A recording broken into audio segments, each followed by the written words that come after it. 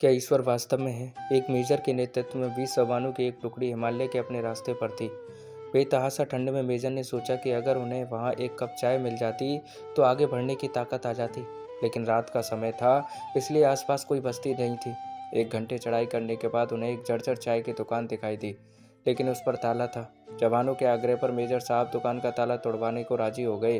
अंदर उन्हें चाय बनाने का सभी सामान मिल गया। जवानों ने चाय बनाई, साथ ही वहां पर रखे बिस्कुट भी खाए और खुद को राहत दी। मेजर साहब ने पर्स में रखे 1000 रुपये निकाले और चीनी के डब्बे के नीचे दबाकर रख दिए और दुकान का शटर ठीक से बंद करवाकर आगे बढ़ गए।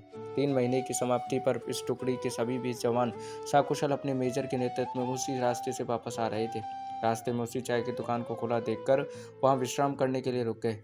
उस दुकान का मालिक एक बूढ़ा चाय वाला था, जो एक साथ इतने सारे ग्राहकों को देखकर बहुत ज़्यादा खुश हो गया और उनके लिए चाय बनाने लगा।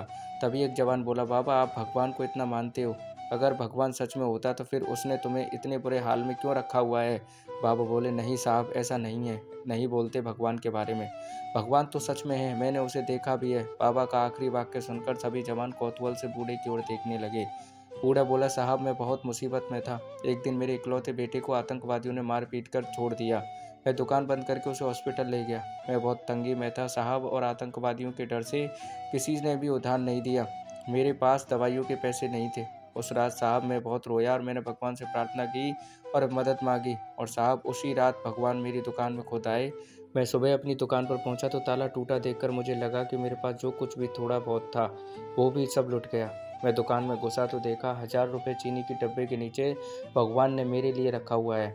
उस दिन 1000 रुपये की कीमत मेरे लिए क्या थी, शायद मैं बयां ना कर पाऊँ, लेकिन भगवान है साहब। यह सुनकर वहां सन्नाटा छा गया।